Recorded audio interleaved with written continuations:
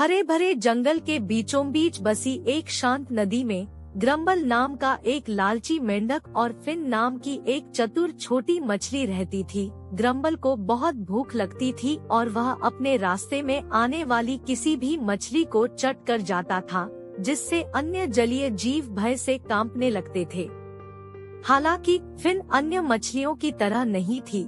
आकार में छोटा होते हुए भी उसके पास तीक्ष्ण बुद्धि और चालाक दिमाग था। ग्रम्बल के अतृप्त लालच को देखकर फिन को पता चला कि उसे पेटू मेंढक को मात देने और अपनी साथी मछलियों की रक्षा करने के लिए एक योजना तैयार करनी होगी। अन्य मछलियों को इकट्ठा करके फिन ने अपनी योजना साझा की। वे ग्रम्बल को एक भव्य दावत का वादा करके अपने जाल में फंसा लेते थे।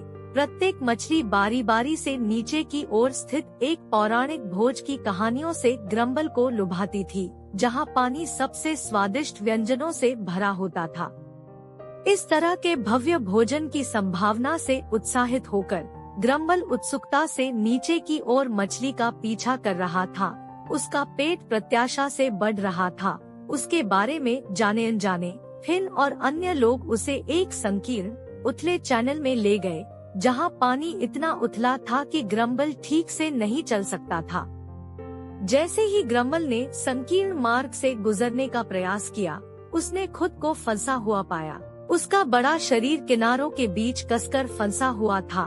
घबराकर वह छटपटाया, लेकिन कोई फायदा नहीं हुआ। चतुर छोटी मछली ने उसे मात दे दी थी।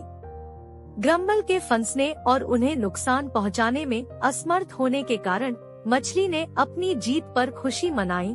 फिन ने अपने दोस्तों को उनकी बहादुरी और त्वरित सोच के लिए धन्यवाद दिया और वे एक साथ तैरकर अपने घर की सुरक्षा में वापस आ गए।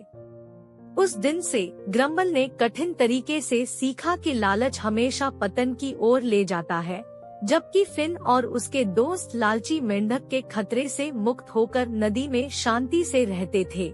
और इसलिए लालची मेंढक को मात देने वाली चतुर छोटी मछली की कहानी पीढ़ियों से चली आ रही है, जो प्रतिकूल परिस्थितियों में बुद्धि और टीम वर्क की शक्ति की याद दिलाती है।